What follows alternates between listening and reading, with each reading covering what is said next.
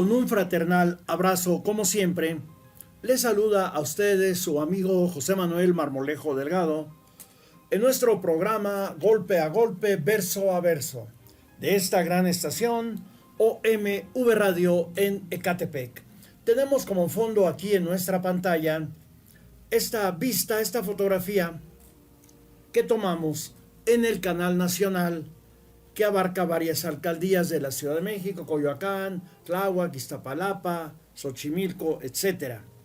Y que después de haber sido un foco de infección, la sociedad y el gobierno de la Ciudad de México transformaron en un gran parque lineal, limpio, fresco, a donde llegan muchas especies de fauna y se han desarrollado también especies de flora, árboles, etcétera. Como aquí vemos, están unos patitos ahí con su nido donde pusieron sus huevos. En la anterior fotografía de nuestra anterior emisión, vemos como en el canal nacional incluso ya hay tortugas. Evitemos que sigan entubando en todo el país, particularmente en el Estado de México, los canales, los ríos, para convertirlos en avenidas que son emblema de la peor corrupción de este país. Damos inicio a nuestro programa con nuestra sección de poesía, Vida nada me debes. Continuamos hablando del excelso poeta Enrique González Martínez. Jaime Torres Bodet dice que al triunfo de la República Española, Enrique González Martínez dejó la península ibérica retornando a México, llamado por la Cancillería.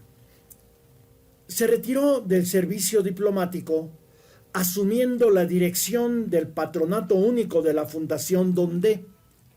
Luego, en 1933, se hizo cargo de la Secretaría General del Consejo de Administración del Banco Nacional de Crédito Rural, Banrural.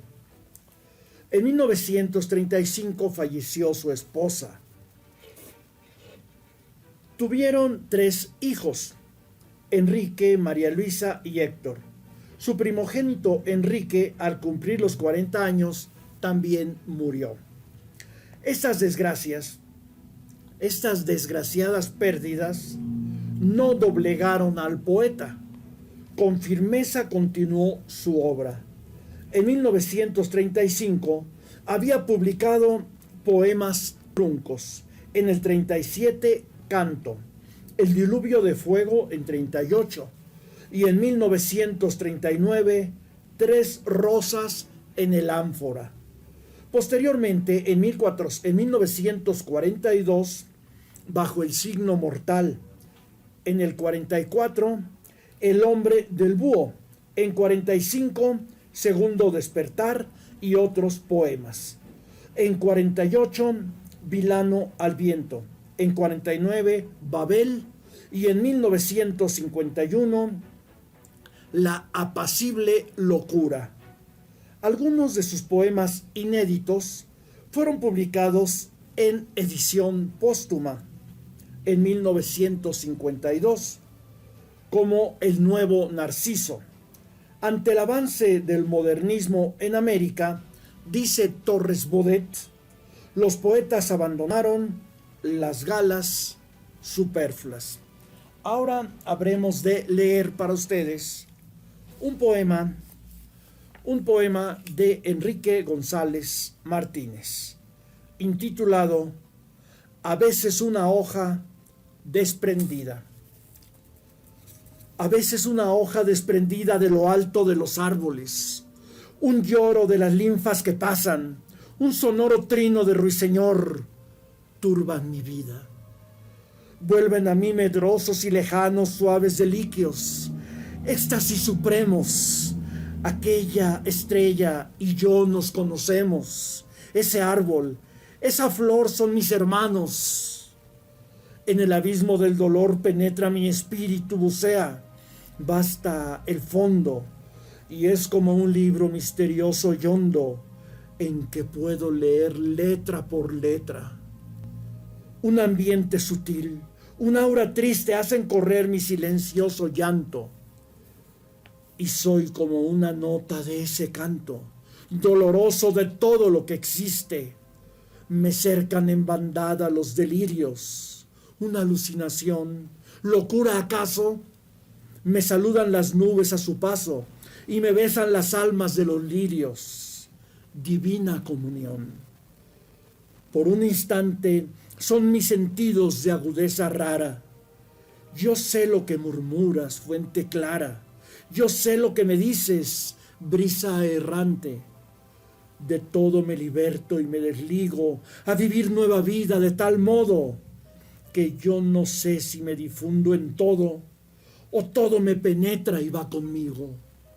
Mas todo huye de mí y el alma vuela con torpes alas por una aura fría en su inconsolable lejanía, por una soledad que espanta y hiela.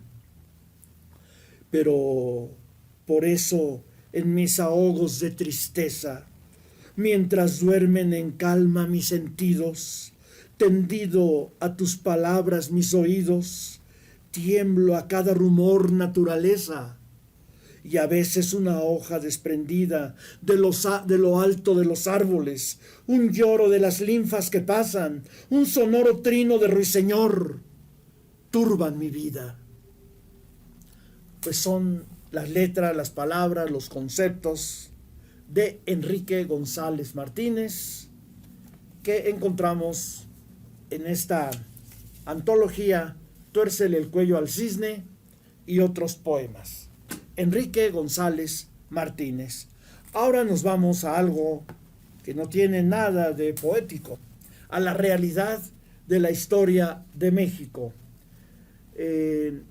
Estuvimos hablando en nuestra anterior emisión de algunos de los antecedentes dados a conocer por la prensa del asesino material de Álvaro Obregón, el católico cristiano León Toral, José de León Toral. Su progenitor, el padre de León Toral, sufría apreturas económicas, por lo que estableció un puesto de fierros en la esquina de Sabino y La Rosa, en la colonia Santa María la Ribera. Primero obtuvo 10,000 pesos como premio de una lotería y luego 20,000 en otra. José de León Toral estudió en la Academia Nacional de Dibujo y en calidad de aprendiz laboró en diversos periódicos. También estudió taquimecanografía y era muy deportista, siendo miembro del Centro Deportivo Unión. Ese Centro Deportivo Unión totalmente manejado por los católicos y tendencias fascistas. Era callado y reservado y de ideas religiosas muy arraigadas. El reportero informaba que Río Sertuche, el inspector de policía, exhibió ante los periodistas, incluso estadounidenses, a Toral, quien demostró serenidad, entereza y seriedad. Se permitió a los fotógrafos, a los reporteros, que fotografiaran el arma homicida y el carnet de dibujo de Toral, que mostraba la imagen que hizo de Obregón y de dos mujeres en su primera plana. El arma tenía seis cartuchos quemados, lo que viene a demostrar que el asesino solo hizo 6 disparos, todos los cuales hicieron blanco en el cuerpo de Obregón.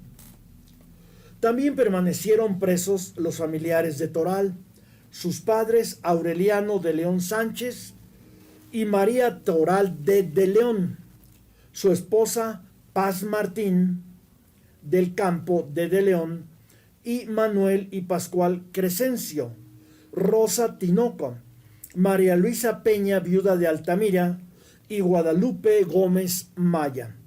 Desde luego, había más detenidos.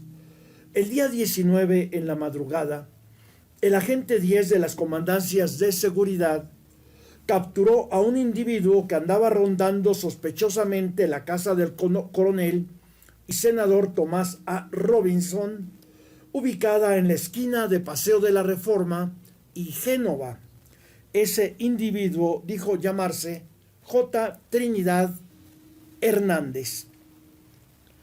El periódico Excelsior nos habla de una nota de Guadalajara, Jalisco, julio 19, que es la siguiente. José de León Toral era bastante conocido en esta ciudad y tenía un pariente sacerdote que se encontraba ausente del país. Una persona que conocía perfectamente al asesino dijo que el crimen lo cometió Toral por su acrisolado fanatismo y que lo había comentado hacía 2 meses.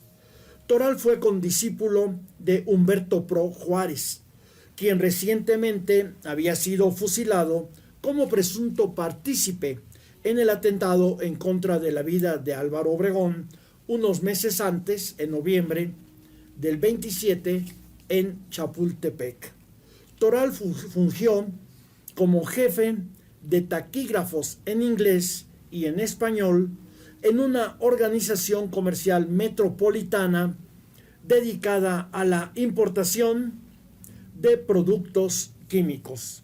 Pues ese era un poco el semblante de José de León Toral, el asesino de Álvaro Obregón, quien era un individuo, totalmente fanatizado por el cristianismo, como muchos fanáticos cristianos que andan por ahí en la actualidad y que son tan peligrosos. Estaba tan enfermo de la mente José de León Toral.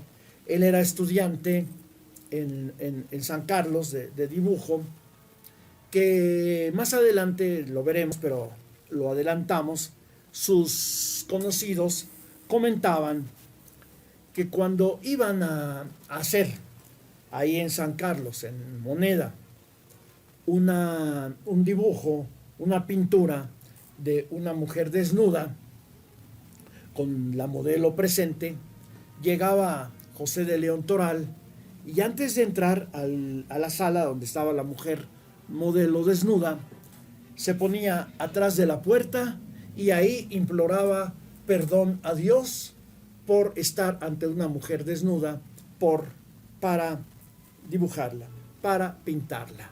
Se persignaba y hacía sus alabanzas, y una vez, según él, ya perdonado por el Señor, iba hacia la sala y participaba en el dibujo, en la pintura de esa modelo desnuda. Esa era una de las características de ese fanático cristiano, como hay tantos por ahí, que fue José de León Toral, asesino material de Obregón.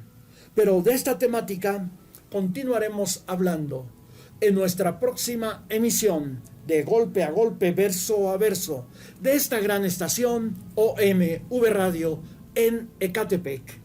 Se despide de ustedes su amigo José Manuel Marmolejo Delgado.